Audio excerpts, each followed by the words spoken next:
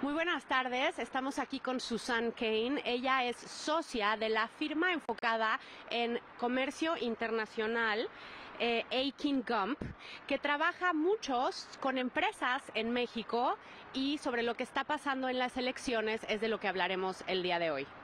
Suzanne, thank you so much for being here with me. Thank you for having me.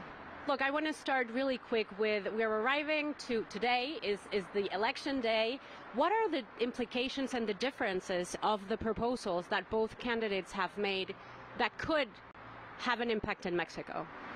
Well, I think the first thing that comes to mind is certainly trade with Mexico, and especially imports in the United States from Mexico. Both candidates have policies that will definitely impact the United States' trade relations with Mexico. Specifically, we know that President Trump will certainly impose more tariffs in some way or another.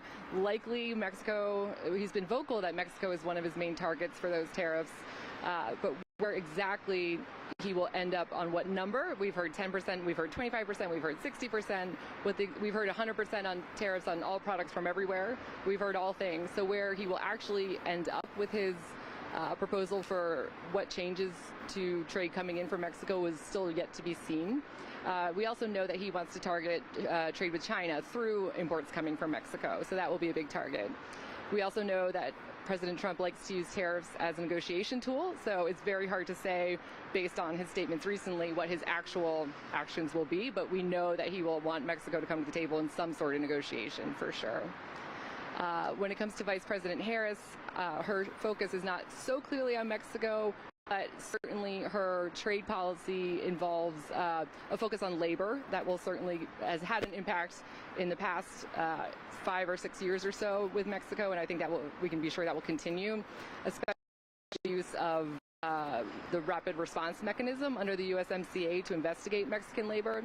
I think under a Harris presidency, we can anticipate that will continue and maybe perhaps even an uptick in those sorts of investigations and that sort of focus on labor that will certainly impact Mexico. So at the end, both candidates are going to end up pushing a little bit more towards reshoring rather than nearshoring, which would help more Mexican economy and the development of the country rather than just having everything come back to the US, correct? I think that's exactly right. I think both candidates will have policy goals that will result in that sort of kind of onshoring versus nearshoring so much, but for different reasons. I think they have different approaches to trade, but I think the likelihood will end up in the same effect with a focus on bringing manufacturing back to the United States and less nearshoring as we've seen recently. Is there anything that Mexican companies could do to prepare themselves for whatever happens tonight and whoever wins? It's hard to say. Yeah, I think paying attention to the labor force in your particular companies, being ready to document your workforce, your policies and all of that with labor in the event of a Harris presidency. If we see this uptick in these investigations, being ready to respond to those allegations and use the rapid response mechanism effectively and quickly, not let it stop your business or shut it down. With President Trump, it's very hard to prepare. I think maybe knowing what, if any, Chinese inputs are in your supply chain in Mexico or in your production line in Mexico, being ready for a challenge to those products under a Trump presidency is a good plan. Suzanne, thank you so much for being here with us today. Thank you for having me.